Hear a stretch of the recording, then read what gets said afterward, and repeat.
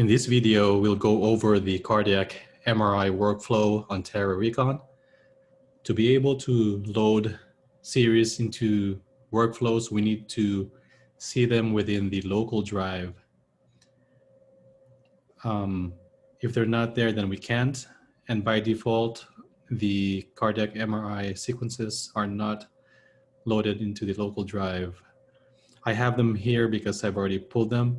So to pull them, you need to switch over from local drive. So deselect local drive and go to Workflow Manager 1, enable remote nodes, hit OK. Update list. This is just an example, so I don't have anything right now for this anonymized study, but the patient's studies will pop up here depending on how you filter them. So you left click on the study up here, a series will pop up down here, and you have to select the short axis series, like highlight all of them, including the 4-chamber view series. Once you've done that, there will be a retrieve option up here, which you will left click. And once it's at 100% retrieval, go back to the local drive. So highlight local drive, unhighlight Workflow Manager 1, hit OK. Update study list, and then your patient will pop up here, and then the series you retrieved will pop up down here. The next step is to highlight all the short axis series. Right click, series management, and phase sort data. All the short axis series will be combined into one new series that is loadable into the workflow. So let's see what that looks like. It will pop up down here once I've clicked update study list. And there it is, phase sort data, or phase sort series 31 through 38. Now we can load this onto the cardiac MR workflow. And I kind of favor the MR2 workflow, so I'll click that. The cardiac MR workflow, like the first one, will allow you to edit contours simultaneously of the LV and RV. I like to do it this way, so I just do them one at a time. And this is what the workflow looks like. I have 8 slices down here. And we have the 17 segment kind of model overlay if you want to use that for reference. And if you want to do qualitative functional analysis, there is a Cine player that you can use, and easier to just name the actual segment you're on. Pause that. And right now the show slice / phase table is highlighted. So it's showing here on the table the phases, and I have 25 of them and 8 slices here. So if you wanted to jump to any of the slice / phase, you can just left click. So it's a fast way to navigate to a specific spot. Right now it's asking me to drag the long axis images. So I'm gonna unhighlight this table so I can see the series. And then this is my 4-chamber long axis series. I'll drag it here so I can reference where I'm at on the short axis images. You can navigate here between phases, forward and back. You can just play it as a Cine up here as well, speed it up and slow it down. And then to navigate the slices, you can just use the scroll wheel. But again, you can just go here on the table as well and navigate there through either phases within the slice or slices within the phase, so forth. All right, so you notice we have a start and end button here just to indicate where you want to start and end the analysis. The default is pretty much where I want it to be. Let's say there's another slice that's higher than the valve plane. Obviously, you don't want to start there, so you just scroll until you're at the point where you want to start. And you'll notice as well, I'm kind of zoomed in. This is a pretty oblique orientation of the short axis images. To fix that, you can left click, edit axis, and then rotate, left click and drag, so make it easier for us. Unhighlight that and just reposition this 17 segment model overlay.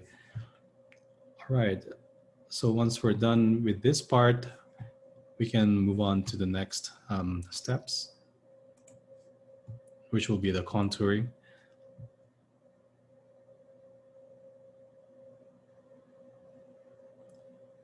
All right, so you have your wireframe view over here. You try to automatically contour.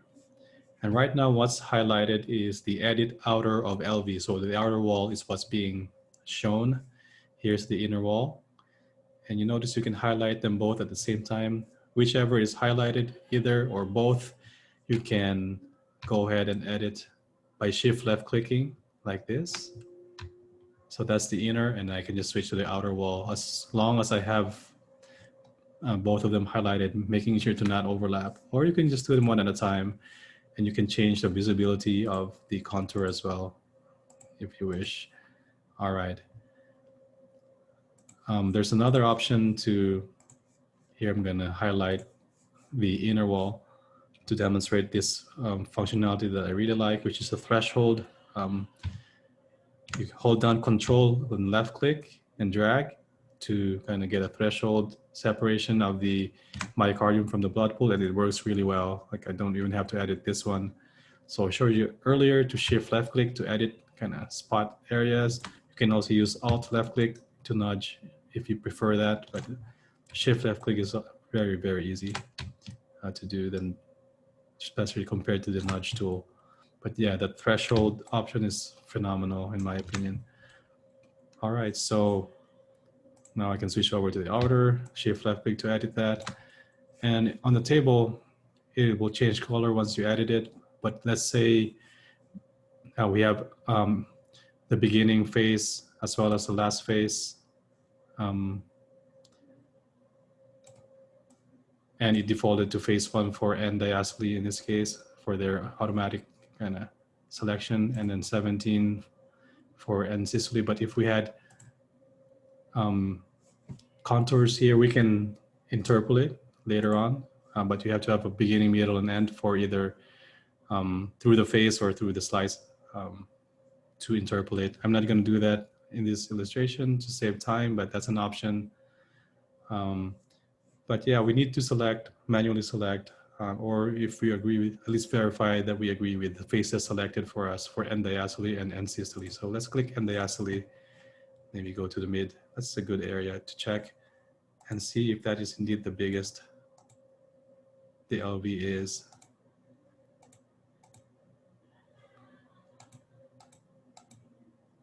Yeah, it's actually pretty good.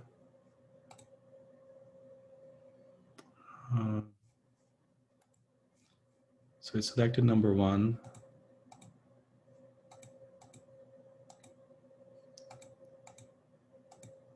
It's slightly bigger for 25, so I'm going to switch to 25.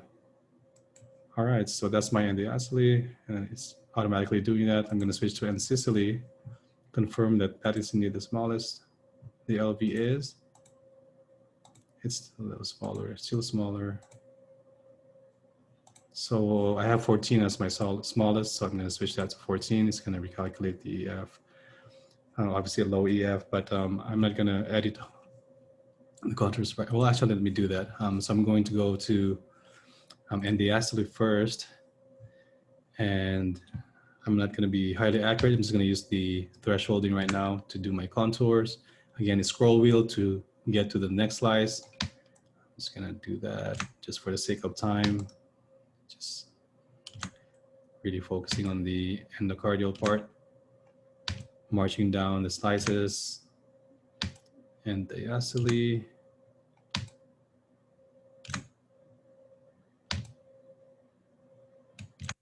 One more, I believe. Or, oh no, that was the last one. Okay, so we're finished end diastole. We'll go to end systole. Starting from the top. That looks actually pretty good. No contour there. Again, sacrificing accuracy right now for time, for the purposes of the illustration.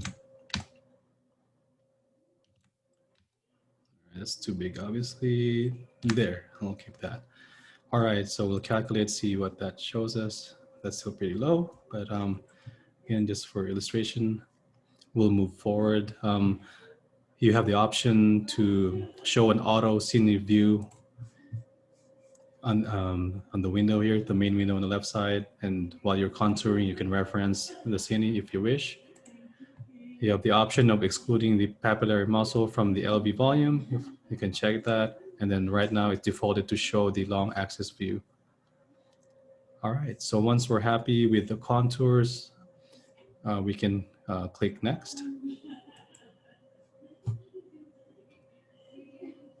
And we'll say yes, that we've examined ancestally and diastole to make sure the segmentation is correct. Obviously not completely correct, again, for the sake of time. And it will automatically calculate for us. And the height is not given. I'll just make a random number and random heart rate to update the results. You have the option of switching to volume index instead of absolute volume, so index to BSA. All right, and we can now kind of capture all to capture all the results. So I'm gonna click that. We'll call it that LV.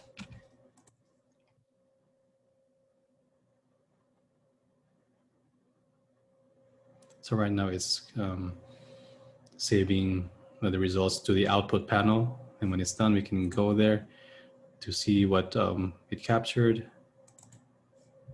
And here's the EF and the rest of the numbers for this patient. Again, anonymized for the purpose of this tutorial. And if you wish, you can include this kind of mid LV shots, or you can just delete them, delete selected images. And here's the rest of the results. When you're happy, you can hit send, pick the server, and LV, hit OK. All right, so that's for the LV. We go back to the workflow. We can do the same for the RV. So we'll just hit RV and then just go through the same set of steps, essentially draw the contours, etc. All right, so that's the workflow for ventricular volumes and function.